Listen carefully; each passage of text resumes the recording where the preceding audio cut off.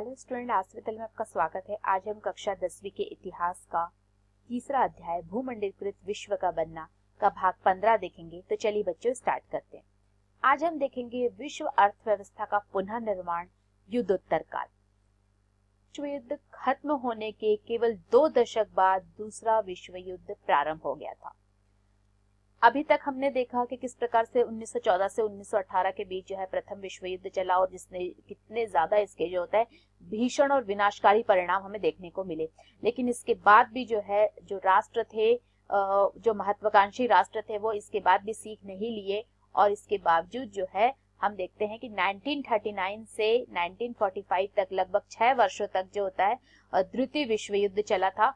और यह युद्ध जो है पहले विश्व युद्ध से भी ज्यादा घातक था, क्योंकि इस विश्व युद्ध में परमाणु हथियारों का जो है वो प्रयोग किया गया था। जो न्यूक्लियर वेपन्स थे उनको यूज किया गया था, जिसकी वजह से जो है संपूर्ण मानव जाति जो है उसका अस्तित्व ही संकट में पड़ गया था।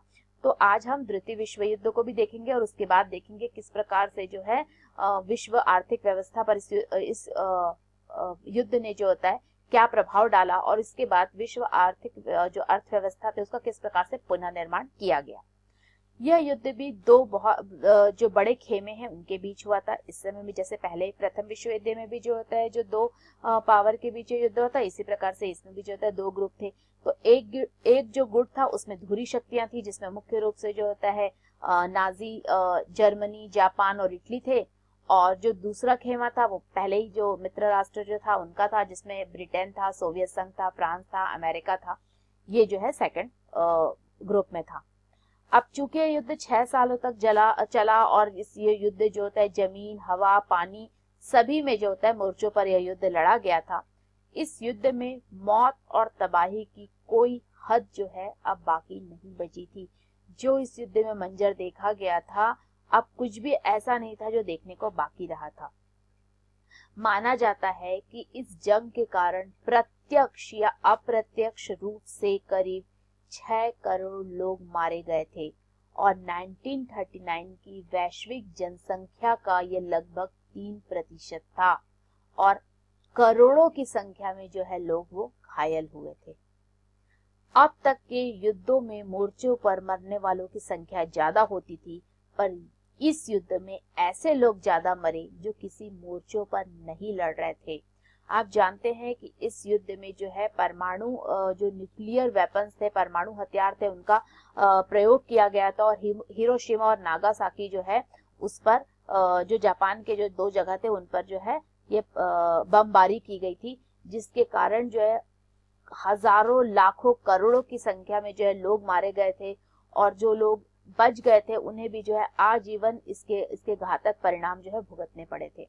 यूरोप और एशिया के विशाल भूभाग जो है वो तबाह हो गए थे। कई शहर हवाई बमबारी या लगातार गोलाबारी के कारण मिट्टी में मिल गए थे। इस युद्ध ने बेहिसाब आर्थिक और सामाजिक तबाही को जन्म दिया था। ऐसे हालात में पुनः निर्माण का काम अब करना कठिन और एक लंबा जो है साबित होने वाला था, क्योंकि इतना ज्यादा जो है आर्थिक और सामाजिक जो है अगर हम देखें तो इतना ज्यादा नुकसान हुआ था कि उसकी भरपाई करना, इस युद्ध के बाद विश्व अर्थव्यवस्था को फिर से खड़ा करना एक बहुत ही कठिन और एक बहुत ही लंबा कार्य था। युद्धोत्तर काल में पुनः निर्माण का काम 2 बड़े प्रभाव के साये में आगे बढ़ा। पश्चिम विश्व में अमेरिका आर्थिक, राजनीतिक और सैनिक दृष्टि से एक वर्चस्वशाली ताकत बन चुका था। दूसरी ओर सोवियत संघ भी एक वर्चस्वशाली शक्ति के रूप में सामने आया। जब यह युद्ध खत्म हुआ तो देखिए 2 सुपर पावर हमें देखने को मिली। एक थी अमेरिका और दूसरी थी सोवियत संघ, रशिया। यद्यपि जो है दोनों के बीच में हम देखते हैं कि बहुत समय तक जो होता है इन दोनों के बीच में अभी भी जो है वो कोल्ड वॉर चलता रहा, क्योंकि दोनों की ही जो होता है जो विचारधारा थी वो अलग थी। जहां पर अमेरिका जो है वो कैपिटलिस्ट कंट्री है और जो रशिया थी, जो सोवियत संघ थी, वो कम्युनिस्ट कंट्री थी। तो इसकी वजह से जो है दोनों में ही यद्यपि कोई सामने युद्ध नहीं हुआ, लेकिन कोल्ड वॉर जो है वो ज्यादा चलता रहा। हाँ, ये जरूर है कि अमेरिका जो है वो विश्व अर्थव्यवस्था में बहुत ही ज्यादा ताकतवर होकर जो है सामने आई थी।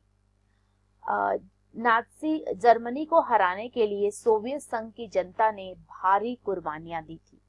जिस समय पूंजीवादी दुनिया महामंदी से जूझ रही थी, उसी दौरान सोवियत संघ के लोगों ने अपने देश को एक पिछड़े खेतिहर देश की जगह एक विश्व शक्ति की हैसियत में लाकर खड़ा कर दिया था, एक सुपर पावर बना दिया था। अब हम देखेंगे युद्धोत्तर बंदोबस्त और ब्रेटन वुड्स संस्थान, किस प्रकार से इस युद्ध के पश्चात जो है वो इसके पुनर्निर्माण का कार्य किया गया था, और ब्रेटन वुड्स संस्थान जो था वो क्या था, इसको हम समझेंगे। दो महायुद्धों के बीच मिले आर्थिक अनुभवों से अर्थशास्त्रियों और राजनीतिज्ञों ने दो अहम सबक निकाले। पहला, वृहत उत्पादन पर आधारित किसी भी औद्योगिक समाज को व्यापक उपभोग के बिना कायम नहीं किया जा सकता है, जब तक कि लोग जो है इसका उपभोग नहीं करे। अगर उपभोग बढ़ेगा तभी उत्पादन जो है वह सफल हो सकता है। लेकिन व्यापक उपभोग को बनाए रखने के लिए आवश्यक था कि आमदनी काफी ज्यादा हो और स्थिर हो। यदि रोजगार अस्थिर होंगे, अगर उनमें अनस्टेबिलिटी होगी, तो आय स्थिर नहीं हो सकती थी, और स्थिर आय के लिए जरूरी था पूर्ण रोजगार। लेकिन बाजार पूर्ण रोजगार की गारंटी नहीं दे सकता था।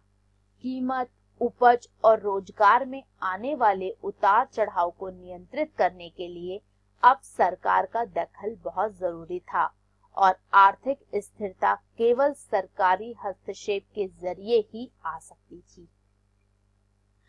दूसरा सबक यह था कि बाहरी दुनिया के साथ आर्थिक संबंधों के बारे में था। पूर्ण रोजगार का लक्ष्य तभी हासिल किया जा सकता है जब सरकार के पास वस्तुओं, पूंजी और श्रम की आवाजाही को नियंत्रित करने की ताकत हो। संक्षेप में क्या है कि युद्धोत्तर अंतर्राष्ट्रीय आर्थिक व्यवस्था का मुख्य उद्देश्य यह था कि औद्योगिक विश्व में इस आर्थिक स्थिरता और पूर्ण रोजगार को बनाए रखा जाए। मतलब अब यह बहुत आवश्यक था कि औद्योगिक विश्व में जो है एक तो आर्थिक स्थिरता हो, लोगों को एक अच्छी सैलरी मिले, उनके पास जो होता है रोजगार की गारंटी हो, और दूसरा था कि उन्हें जो होता है पूर्ण रोजगार मिले। अब उन्हें पूर्ण रोजगार रखा जाए, यह बहुत आवश्यक हो गया था। इस फ्रेमवर्क पर जुलाई 1944 में अमेरिका स्थित न्यू हैम्पशायर के ब्रेटन वुड्स नामक स्थान पर संयुक्त राष्ट्र मौद्रिक और वित्तीय सम्मेलन में सहमति बनी थी। क्योंकि इस विश्व युद्ध के बाद जो होता है सभी देशों की अर्थव्यवस्था की धज्जियां उड़ गई थी, तो अब यह बहुत आवश्यक था कि अर्थव्यवस्था को जो होता है पुनः संगठित किया जाए। तो इसके लिए अमेरिका ने सोचा कि चलो कुछ किया जाए। तो उन्होंने क्या किया कि अपने शहर, मतलब अमेरिका में ही स्थित जो होता है न्यू हैम्पशायर में एक ब्रेटन वुड्स नामक स्थान पर जो होता है एक संयुक्त राष्ट्र मौद्रिक और वित्तीय सम्मेलन जो होता है उसको की सहमति बनी। ये आप देख सकते हैं फोटो में, ब्रेटन वुड्स अमेरिका स्थित माउंट वॉशिंगटन होटल है, और यही वह स्थान था जहां ब्रेटन वुड्स का ऐतिहासिक सम्मेलन था वो यहाँ पर आयोजित किया गया था। सदस्य देशों के विदेश व्यापार में लाभ और घाटे से निपटने के लिए ब्रेटन वुड्स सम्मेलन में ही अंतरराष्ट्रीय मुद्रा कोष की स्थापना की गई थी, जिसे हम IFM इंटरनेशनल मॉनेटरी फंड के नाम से जानते हैं। इंटरनेशनल मॉनेटरी फंड जो होता है वो क्या था?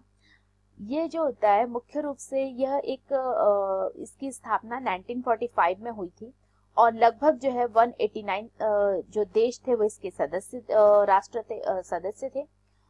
ये जो है अंतरराष्ट्रीय, इस संस्था के द्वारा जो है अंतरराष्ट्रीय लेन देन को बढ़ावा दिया जाता था।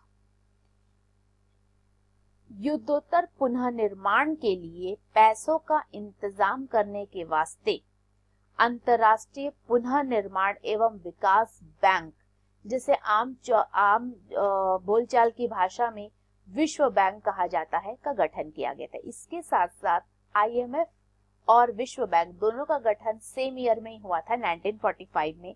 दोनों के सदस्य जो राष्ट्र थे, जो उनके सदस्य 189 जो है राष्ट्र उनके सदस्य थे, और जो विश्व बैंक है उसका क्या, और इन दोनों का मुख्यालय जो होता है वॉशिंगटन में था। और अगर हम देखें कि विश्व बैंक का मुख्य रूप से कार्य क्या था, तो ये जो था इसका मुख्य कार्य यह था कि आर्थिक पुनः निर्माण और विकास को बढ़ावा देने के लिए पूंजी उपलब्ध कराना। इसी वजह से विश्व बैंक और आईएमएफ को ब्रेटन वुड्स संस्थान की जो होता है, मतलब ब्रेटन वुड्स की जुड़वा संतानें भी कहा जाता है, क्योंकि यह उसी संस्थान के तहत जो होता है दोनों का जन्म हुआ था। इसी आधार पर युद्धोत्तर अंतर्राष्ट्रीय आर्थिक व्यवस्था को अक्सर ब्रेटन वुड्स व्यवस्था भी कहा जाता है। विश्व बैंक और आईएमएफ ने 1947 में औपचारिक रूप से काम करना शुरू कर दिया था और इन संस्थानों की निर्णय प्रक्रिया पर पश्चिम औद्योगिक देशों का नियंत्रण रहता था।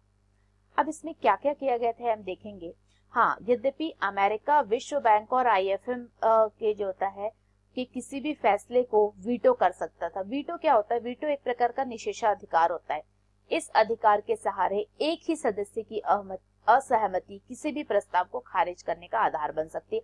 अगर अमेरिका किसी प्रस्ताव पर वीटो लगा दे तो वो जो है प्रस्ताव खारिज हो जाएगा, वो पास नहीं हो सकता है। तो ये पावर जो है अमेरिका ने, क्योंकि अमेरिका विश्व का सबसे जो होता है शक्तिशाली राष्ट्र हो गया था, तो उसने, और ये दोनों की स्थापना भी जो है अमेरिका में ही की गई थी, तो इससे जो होता है वीटो का राइट्स भी दिया गया था।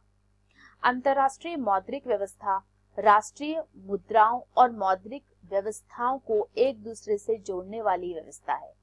ब्रेटन वुड्स व्यवस्था निश्चित विनिमय दर पर आधारित होती थी। इस व्यवस्था के तहत जो होता है, जो विनिमय दर थे वो निश्चित कर दिए गए थे। जैसे इस व्यवस्था में राष्ट्रीय मुद्राएं, जैसे भारतीय मुद्रा जो थी वो रुपया डॉलर के साथ एक निश्चित विनिमय दर से बंधा हुआ था। मतलब कि एक स्टैंडर्ड किसे माना गया था? यूएस डॉलर को स्टैंडर्ड माना गया था। मान लीजिए उदाहरण के लिए कि अगर एक यूएस डॉलर के बराबर जो होता है 100 रुपए भारतीय जो है मुद्रा होगी, तो इसे फिक्स कर दिया गया था। एक डॉलर के बदले में कितने रुपए देने होंगे, अब यह स्थिर रहता था। डॉलर का मूल्य भी सोने से बंधा हुआ था। एक डॉलर की कीमत 35 ऑन्स सोने के बराबर निर्धारित कर दी गई थी।